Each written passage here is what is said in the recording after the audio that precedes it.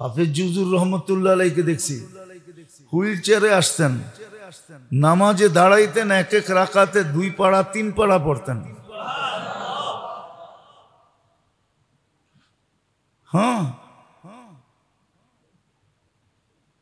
অনেক আল্লাহওয়ালাকে দেখছি নামাজে দাঁড়াইলে জওয়ানকে হার মানায় দেয়, কেননা ওর মন শক্তিশালী, শরীর দুর্বল, মন যুবক। আমরা তো এটারে উল্টায় দিছি, বুড়া হইলে কি মনটা জওয়ান আছে, এটারে উল্টায় দিছি। এটা ছিল যাদের অন্তর চক্ষু খুলে গেছে ওদের জন্য, ওদের মন যুবক, আর এটাকে লাগায় দিছে দুনিয়ার ব্যাপারে। বুড়া হইলে কি মনটা এখনো জওয়ান আছে। তো রাস্তা দিয়ে হাঁটে, যা মনে চায় তাই দেখতে থাকে, মনে হয় বোঝেন নাই। হ্যাঁ, আর সারাদিন মানুষের গালি নিতে থাকে। বুড়া হইলে কি বান্দর এখনো গাছ বাওয়া ছাড়ে নাই, বুড়া খাটাস। এটা দুনিয়ার ব্যাপারে, কিন্তু আসলে যাদের অন্তর চক্ষু খুলে যায় ওদের দিল জওয়ান হয়ে যায়, ইবাদতে ক্লান্ত হয় না। সবাই হয় কিন্তু ও হয় না।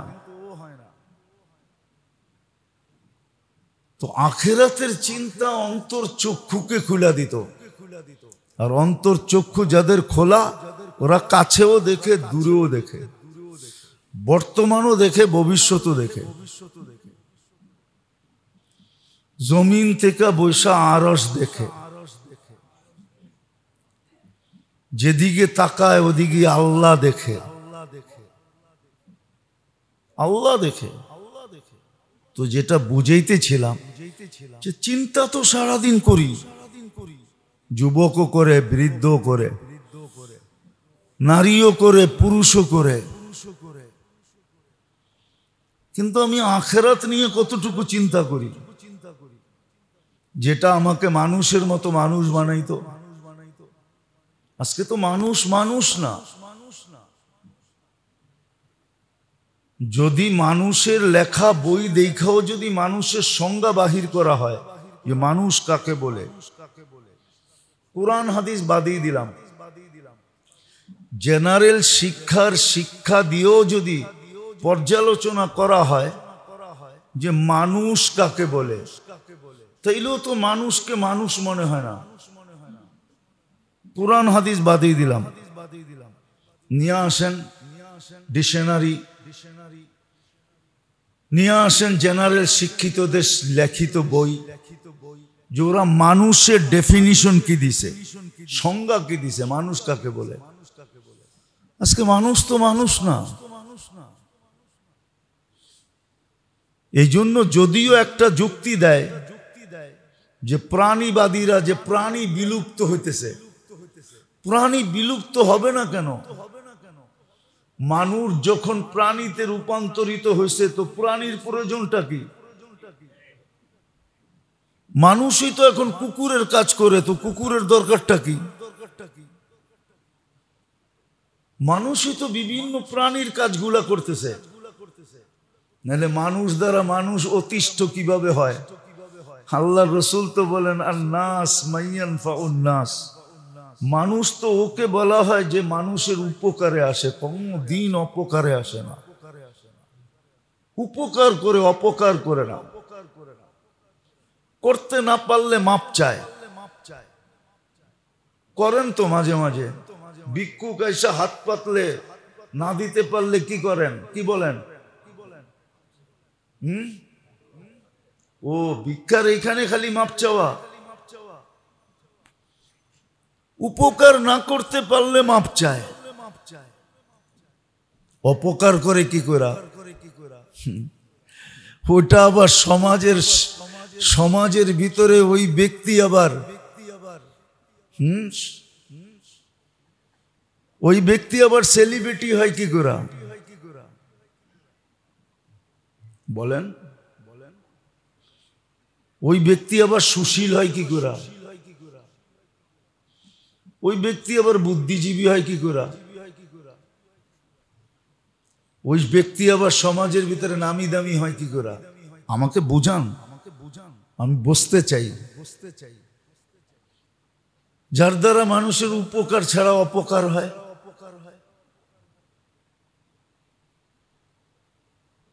তো যেটা বুঝাইতেছিলাম, ওই চিন্তাই তো মানুষকে মানুষ বানায়। আখেরাতের চিন্তাই মানুষকে মানুষ বানায়। তখন ও এটাই বিশ্বাস করে, কুওয়াতে নে কিনাদারি বদমাখন, উপকার না করতে পারলে অপকার করব না। উপকার পারি না বটে, কিন্তু কারো অপকার করব না। তখন মানুষ দ্বারা, মানুষ তো দূরের কথা, প্রাণী পর্যন্ত কোনোদিন অতিষ্ঠ হয় না। প্রাণী পর্যন্ত কোনোদিন কষ্ট পায় না। একটা পিঁপড়া পর্যন্ত কষ্ট পায় না।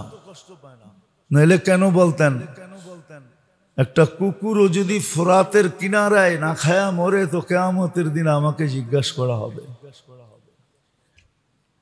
মদিনা মুনাওয়ারায় বসে তওবা করতেছেন, এতটুকু ভয় আসে। তো যেটা বুঝাইতেছিলাম, আমরা সারাদিন চিন্তা তো করি বটে, কিন্তু এই দুনিয়াটা নিয়ে করি, দুনিয়াটার জীবন নিয়ে করি। এইখানে কিভাবে ভালো থাকবো, ভালো পড়বো, ভালো খাইবো, এটা নিয়ে সারাদিন চিন্তা করি। কিন্তু কতটুক আমরা মৌত নিয়ে চিন্তা করি, যে মৌতটা কি অবস্থায় আসবে। দুই সম্বোধনের যেই কোনো সম্বোধন তো হবে। যেমন ইব্রাহিম ইবনে আদহামকে জিজ্ঞাসা করছিলেন, ইব্রাহিম তুমি এত চিন্তিত কেন? বলছে, চার প্রশ্ন আমাকে চিন্তায় ডুবাইয়া দিছে, এই জন্যই তো লোকালয় ছেড়া দিছি। জঙ্গলে রাত কাটলে দিন কাটে মরুতে, মরুতে রাত কাটলে দিন কাটলে রাত কাটে জঙ্গলে। এইভাবেই আমার জীবন কাটতেছে। অথচ ছিলাম তো আমি বলখের বাদশা, রাজা ছিলাম, নিজের ইচ্ছায় ছেড়া চলে গেছি। বসে কি চিন্তা? বসে প্রথমটা শোনো, মৃত্যুতে তো দুই সম্বোধনের যেই কোনো সম্বোধন অবশ্যই হবে, তৃতীয় কোনো সম্বোধন এখানে নাই। হয়তো ফেরেশতা এসা বলবে, উখরুজি আইয়াতুহান নাফসুত তাইয়্যিব মিনাল জাসাদিত তাইয়্যিব, পবিত্র রূহ পবিত্র শরীর থেকে বাহির হও। অথবা দ্বিতীয় সম্বোধন আসবে, উখরুজি আইয়াতুহান নাফসুল খাবিস মিনাল জাসাদিল খাবিস, অপবিত্র রূহ অপবিত্র শরীর থেকে বাহির হও। ফালা আদরি মাদা ইউখাতিব, আমি জানি না আমাকে কি সম্বোধন করা হবে। এই চিন্তায় পাগল হয়ে গেছি যে কি সম্বোধন করা হবে। সারাদিন এই চিন্তাই, আর চিন্তা আমাকে দোয়ার উপরে উঠায় দিছে। সারাদিন চিন্তা করি আর দোয়া করি, আল্লাহ সম্বোধন যেন ভালোই হয়, খারাপটা যেন আমার ভাগ্যে না হয়। বলছে, দ্বিতীয় বলো ইব্রাহিম, কবরে যাওয়ার পরে কেউ প্রশ্নের উত্তর দিতে পারবে? কেউ দিতে পারবে না।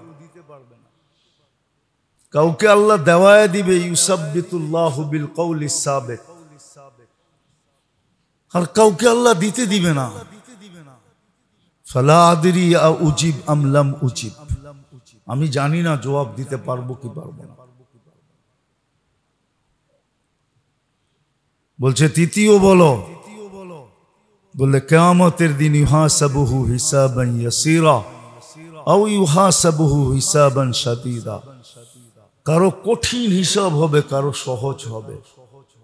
জানি না আমি মিন আইয়িল ফরিকাইন, আমি জানি না কোন দলের অন্তর্ভুক্ত। বলছে চতুর্থ বলো, তো দুই ধরনেরই পাওয়া যায়। ওয়া আম্মা মান উতিয়া কিতাবাহু বিয়ামিনি ওয়া আম্মা মান উতিয়া কিতাবাহু বিশিমালি ওয়ারা যাহরি, কারো ডাইন হাতে দেওয়া হবে, কারো বাম হাতে দেওয়া হবে। আমি জানি না আমি কোন দলের অন্তর্ভুক্ত।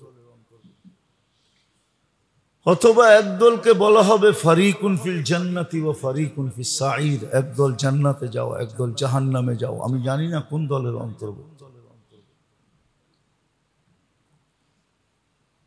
চিন্তা তো মানুষকে দোয়ার উপরে উঠায়, অন্তর চক্ষু খোলে, শরীরে সুস্থতা আসে, চিন্তায় মর্তবা বাড়তে থাকে।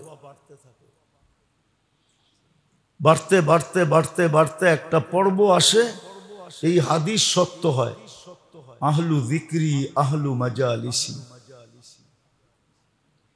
আল্লাহর মজলিসের লোক হিসাবে গণ্য হয়। সে আল্লাহর মজলিসের লোক। তো যেটা বুঝাইতেছিলাম, আমরা সারাদিন তো চিন্তা করি বটে, কিন্তু যেই চিন্তা আমাকে মানুষের মতো মানুষ বানাবে, ওই চিন্তা তো সারাদিনে 1 মিনিটও করি না।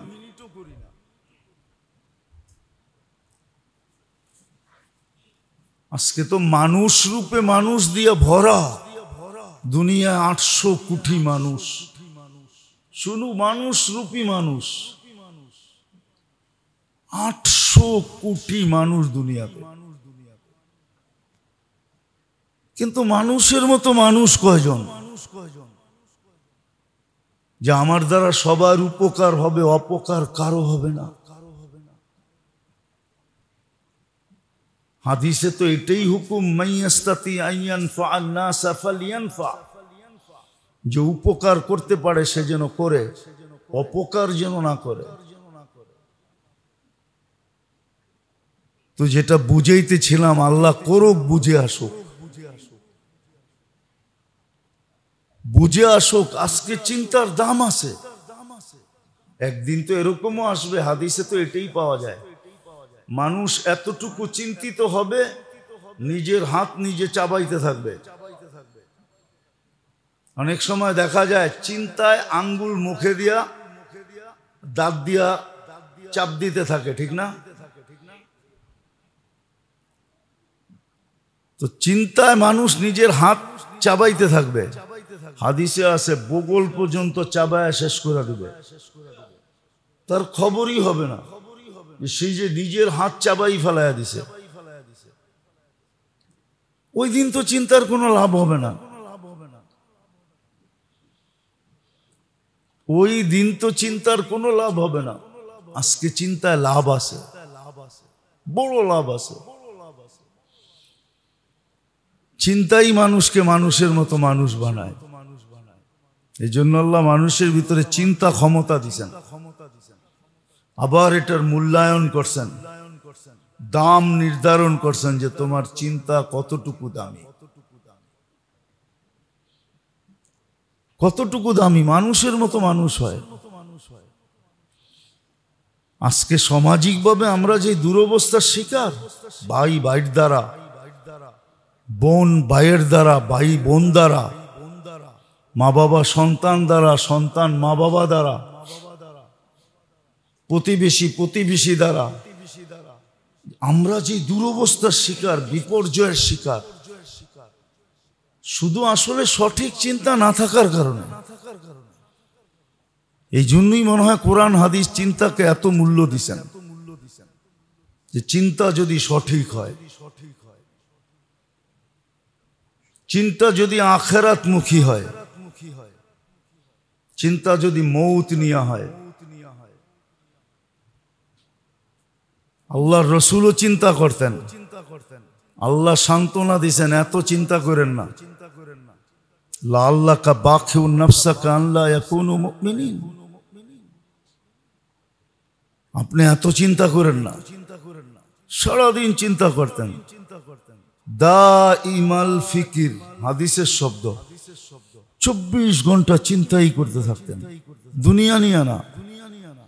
যে সকালে খাইলাম দুপুরে কি খাবো, দুপুরে খাইলাম রাত্রে কি খাবো, রাত্রে খাইলাম সকালে কি খাবো। আমাদের চিন্তা তো খালি আইটেম নিয়া, রেসিপি নিয়া খালি চিন্তা। সবার ঘরে দেখবেন মহিলারা সারাদিন রেসিপি দেখতে থাকে, নাইলে ডিজাইন দেখতে থাকে, মেহেন্দি লাগানোর ডিজাইন, কাপড়ের ডিজাইন, এই ডিজাইন, ফার্নিচারের ডিজাইন, সারাদিন খালি নেটের ডিজাইনই দেখতে থাকে, নাইলে পাক শাক শিখতে থাকে, ঠিক না? এটাই তো, আর কি? এমনকি মাথা আশ্রানের পর্যন্ত ডিজাইন দেখে, খোপা কেমনে বাঁধবে, বেনি কেমনে করবে, চুনির কুলের কোন স্টাইল করবে। যুবকরাও এরকমই, চুল কাটার স্টাইল সারা রাত দেখতে থাকে বসে বসে। অথচ যেই চিন্তা করলে লাভ হইতো ওই চিন্তায় রাজি না, যেই চিন্তা করলে মানুষ মানুষ হতো। ওই কিস্সা তো বড় মশহুর। যুবকরে জিজ্ঞাসা করছে, দুই হাঁটুর ভিতরে মাথা ঢুকায় তুই এইখানে কি করিস? সবাই তো হাদিস শুনে, তুই হাদিস শুনিস না কেন? তো যুবকও জবাব দিছে, কয় সবাই আব্দুর রাজ্জাক থেকে শুনে, আমি ডাইরেক্ট রাজ্জাক থেকে শুনি। সবাই আব্দুর রহমান থেকে শুনে, আমি ডাইরেক্ট রহমান থেকে শুনি। তুই এত দূর গেলি কি কইরা?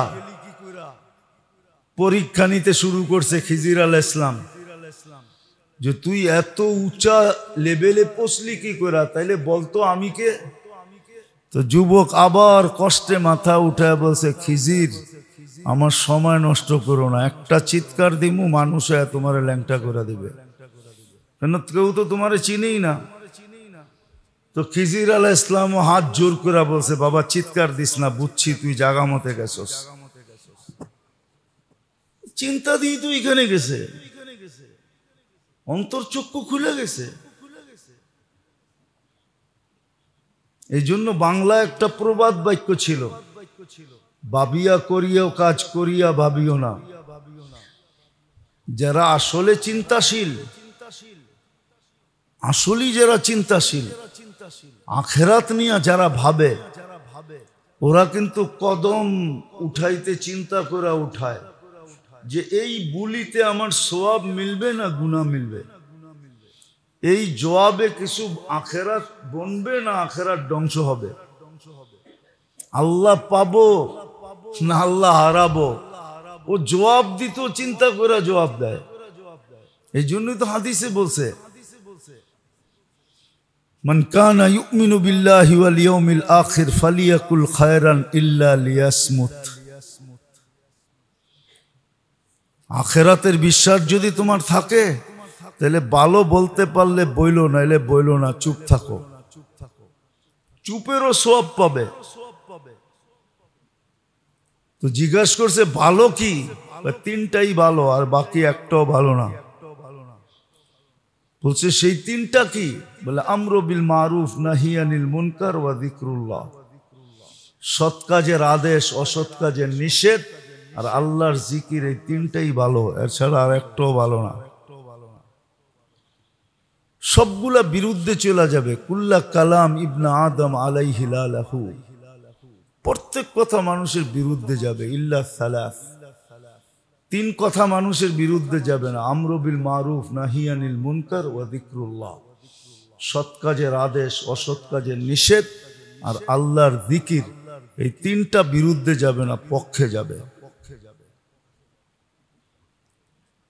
সত্য এটা, যদিও আমরা ভাবতে চাই না, চিন্তা করতে চাই না। আজকে মূল্য আছে। আসেন দুনিয়ার চিন্তা ছাড়েন, নিজেকে মানুষের মতো মানুষ গড়েন।